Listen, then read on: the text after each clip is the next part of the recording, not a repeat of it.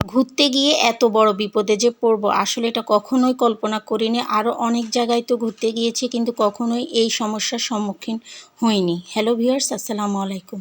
সবাই কেমন আছেন? শুরু করলাম আরও একটি নতুন ব্লগ, আশা করছি ভালো লাগবে। সাফারি পার্কের ভিতরে অনেক নতুন নতুন প্রাণী দেখলাম, ভীষণ ভালো লাগলো। আর এই বকগুলো অনেক অনেক বড়, ওদের ঠোঁট আর ওরা রোদ পোহাচ্ছিল, দেখতে ভীষণ ভালো ছিল। এখানে প্রায় 8 থেকে 10টা বক ছিল, আর প্রত্যেকটা বকই ছিল অনেক বড় বড়। এরকম বড় বক আমি আর কখনোই দেখিনি। আর আগেরবার যখন এসেছিলাম তখন কিন্তু এই বকগুলো ছিল না, আর এগুলো ছিল হাঁস, আর সাদা হাঁস। সবগুলো দেখে ভীষণ ভালো লাগছিল। আর এই পার্কের ভিতর আসে একটা জিনিস ভালো লাগলো, যে এখানকার পশু পাখিগুলো যথেষ্ট স্বাধীন ও মুক্ত অবস্থায় আছে।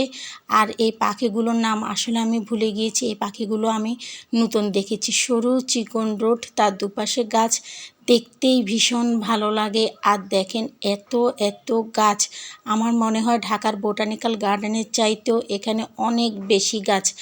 আর একেবারে আকাশ দেখা যায় না। বৃষ্টির দিনে যে এখানকার আবহাওয়াটা কেমন, আর আমরা হাঁটতে হাঁটতে চলে আসলাম জলহস্তি খাঁচার কাছে। আর দেখেন এতগুলো জলহস্তি আমি কখনোই একসাথে দেখিনি।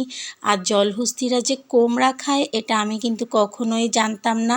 আর আমাদের ভাগ্য খুবই ভালো, আমরা যখনই জলহস্তির খাঁচার কাছে এসেছিলাম তখন ওদের খাবার দেওয়া হচ্ছিল, আর ওদেরকে দেওয়া হচ্ছিল প্রচুর প্রচুর কোমড়া। এখানে জলহস্তিরাও কিন্তু বিশাল বড় একটা পুকুরের মধ্যেই থাকে। ওদের আসলে স্বাধীন জীবনযাপন এক কথায় বলতে গেলে। আর এই যে দেখেন জলহস্তিগুলো কোমড়া খাচ্ছিল, আর আশেপাশে বানরগুলোও চেষ্টা করছিল যে কোমড়া খাওয়ার জন্য। এই যে একটা বানর কোমড়া নিয়ে দৌড় মারছিল, আর যেই বানরটাই কোমড়া নিতে পারছে সে বানরটার পিছন পিছন অন্যান্য বানরগুলোও দৌড় মারছে। ওদের মনে হয় প্রতিদিন দুপুরে এই টাইমেই খাবার দেওয়া হয়, তাই তাদেরও একটা অভ্যাস হয়ে গিয়েছে। আর এই যে সবগুলো জলহস্তি একেবারেই পানি থেকে উঠে স্থল জায়গায় চলে এসেছিল, আর এই যে কোমড়া খাচ্ছিল। যে দুলাহাজরা সাফারি পার্ক এত বড় এরিয়া, হাঁটতে হাঁটতে ভীষণ খিদা পেয়ে গিয়েছিল, কিন্তু কোনো উপায় নেই। বানরের জন্য এখানে একেবারে খাবার খাওয়া যাবে না, তাই আপনারা যদিও আসেন কোনো খাবার সাথে নিয়ে আসবেন না, একেবারে পেট ভরে খেয়ে আসবেন।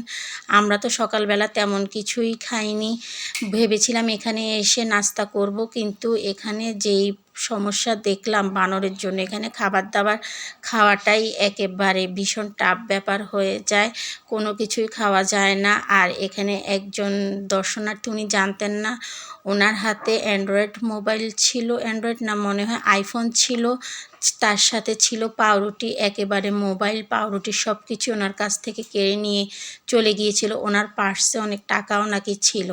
তো আজকের ভিডিওটি এই পর্যন্ত। আমার ভিডিওটি যদি আপনাদের ভালো লেগে থাকে তাহলে প্লিজ লাইক কমেন্টস ও শেয়ার করবেন। আর আমার পেজটা যদি ভালো লাগে পেজে একটা ফলো লাইক দিয়ে পাশে